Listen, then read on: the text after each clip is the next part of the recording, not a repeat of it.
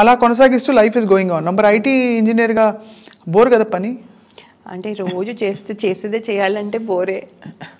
Because మీరేంటి డెవలపింగ్లో ఉన్నారా, testing? డెవలపింగ్లో లేదు, అంటే application maintenance to whole thing. But you studied all of that ఇక్కడ, అక్కడ చదివారా? ఇక్కడ ఎంసీఏ చేశాను. అంటే ఇంజనీరింగ్ డిస్కంటిన్యూ చేసి బికాజ్ అటెండెన్స్ ఇవ్వలే. సో దెన్ ఇగ్నోలో బీసీఏ చేసా, తర్వాత ఎంసీఏ చేసా. ఎంసీఏ కూడా 2006లోనే అయింది. నా పెళ్ళి ముందు జస్ట్ 2-3 వీక్స్ ముందే నా ఫైనల్ ఎగ్జామ్ అయింది ఎంసీఏ కూడా. బట్ ఎంసీఏతో మంచి అయితే ప్లేస్మెంట్ అయితే వచ్చింది. అంటే ఇట్ టుక్ టైం, ఎందుకంటే గ్యాప్ తీసేసుకున్నాను. వెంటనే జాబ్లో జాయిన్ అయిపోతే బెటర్, కాకపోతే నేను కొంచెం గ్యాప్ తీసుకుని 2 కిడ్స్ పుట్టిన తర్వాత జాయిన్ అయ్యాను. సో వాళ్ళు అడుగుంటారు, what were you doing before? I was an actress, I use to have so many fans అని చెప్పారా ఇంటర్వ్యూలో? నేను ఎప్పుడు చెప్పలేదు, కానీ ఈ కొత్త జాబ్లో, కొత్త కంపెనీలో జోబీ ఏవియేషన్లో పనిచేస్తాను నేను.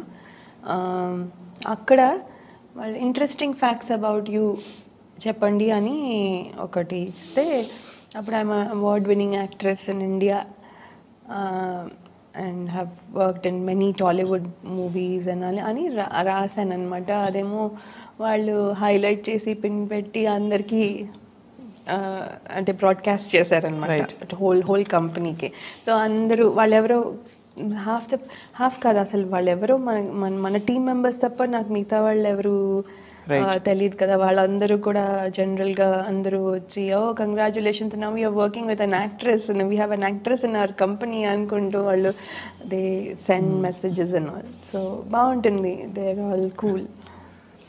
Yeah no, it's a tough thing because నేను ఆల్వేస్ అంటే ఎంత లేదన్నా కూడా అంత ఎనర్జీ ఉన్నప్పుడు మనం బేసిక్గా ఒక ప్యాటర్న్ ఆఫ్ లైఫ్ మనకి చేయాలి కాబట్టి కొన్ని అంటే మనం ఇష్టపడి ఒప్పించుకుని చేసుకుంటాం, పెళ్లి చేసుకోవాలి, పిల్లల్ని కనాలి. But actually if you look at the other side, award winning actress, ఇంకా ఎంత పొటెన్షియల్ మిగిలిపోయిందో. ఈ ఇయర్స్ని నేను ఇక్కడ పెట్టాను, ఇక్కడ తక్కువని కాదు, but I'm saying just matter of choice and priority. ఆ క్వశ్చన్ ప్రతి వాళ్ళకే వస్తుంది, మీ ప్లేస్లో ఉన్న వాళ్ళకి. నేను మీ ప్లేస్లో ఉన్న అలాగే వచ్చేది. సో ఎప్పుడైనా ఆలోచిస్తుంటారా డీప్గా అది? అంటే ఎక్కువ ఆలోచించలేదు, అంటే అప్పుడప్పుడు వస్తుంది. అంటే మనం ఉండుంటే ఫిల్మ్ ఫీల్డ్లో ఉండుంటే ఆ సినిమా చేసి ఉండేవాళ్ళమేమో. సినిమాలో మిస్ అవ్వమని కాదు, sorry I cut your flow, చెప్పండి. నో అది మిస్ అవుతామని కాదు, అంటే ఉంటే చాయిస్లో నేను కూడా ఉంటానేమో ఈ క్యారెక్టర్కి అని అనిపించేది.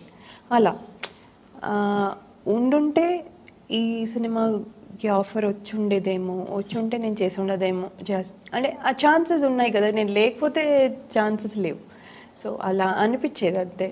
బట్ ఏం లేదు, ఎవరు చేసినా I'm still happy, I enjoy the movie అన్నీ ఉంది. కానీ మనకి అప్పుడప్పుడు అనిపిస్తుంది, ఇది నేను చేస్తుంటే బాగుండేదేమో అని. మనం లేం కదా, ఏం చేస్తాము, మనం ఏం చేయలేము కదా అనుకునేది మళ్ళీ. సో పెళ్ళికి ముందు మీ వారు ఎవరిని చెప్పారా, యువర్ బిజీ యాక్టర్ కదా, మరి ఇది వదులుకొని వస్తున్నావు, నువ్వు యాక్ట్ చేయకూడదు, లేదు కొన్నేళ్ళాక చేయొచ్చు, ఇలా ఏమన్నా మాట్లాడుకున్నారా? లేదు అదేం చెప్పలేదు. యాక్చువల్లీ మానేమని అయితే ఏమి చెప్పలేదు ఎప్పుడు, ఇది చేయకూడదు అదేం చేయొచ్చు అని. We will discuss as it comes, అంతే ఎవ్రీ టైమ్. ఈవెన్ నౌ, ఇప్పుడు రేపు ఫ్యూచర్లో ఏమైపోతుందో ఎవరు చెప్పలేరు, నాకు కూడా తెలీదు. సో ఏమవుతుందంటే ఒక ఆపర్చునిటీ వచ్చేదాన్ని బట్టి దానికి లాజిస్టిక్స్గా ఏమున్నాయి, మా సిచ్యువేషన్స్ అప్పుడు ఎలా ఉన్నాయి, మా రెస్పాన్సిబిలిటీస్ ఏంటి. ఇప్పుడు మా అమ్మాయి 10th కి వెళ్ళి high school, she's in high school now. So ఏంటి ప్రయారిటీస్ ఏంటి అలా క్యాలిక్యులేట్ చేసుకుని చేయగలను. కానీ ముందే ఒక క్యాలిక్యులేటెడ్గా ఒక ప్లానింగ్ పెట్టుకుని, పలానా టైం నుంచి ఈ టైం వరకు ఓకే, ఈ టైం నుంచి ఈ టైం వరకు నాట్ ఓకే అని చెప్పే, ఇది ర్యాండమ్గా మారిపోతుంది.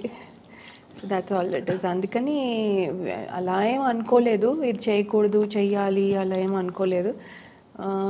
బట్ ఏమైపోయిందంటే హీరోయిన్గా చేయలేం కదా, చెయ్యొచ్చు కానీ చెయ్యొచ్చు, అది నా feeling. But I don't know directors వాళ్ళందరూ అలాగే ఫీల్ అవుతారో లేదో తెలియదు మనకి. సో ఏదైనా కానీ ఆర్టిస్ట్కి you are now ready to act. Well I want to మంచి రోల్ వస్తే డెఫినెట్లీ చేయాలందా? మంచి రోల్ వస్తే చేస్తాను. అంటే I will still stay in the US.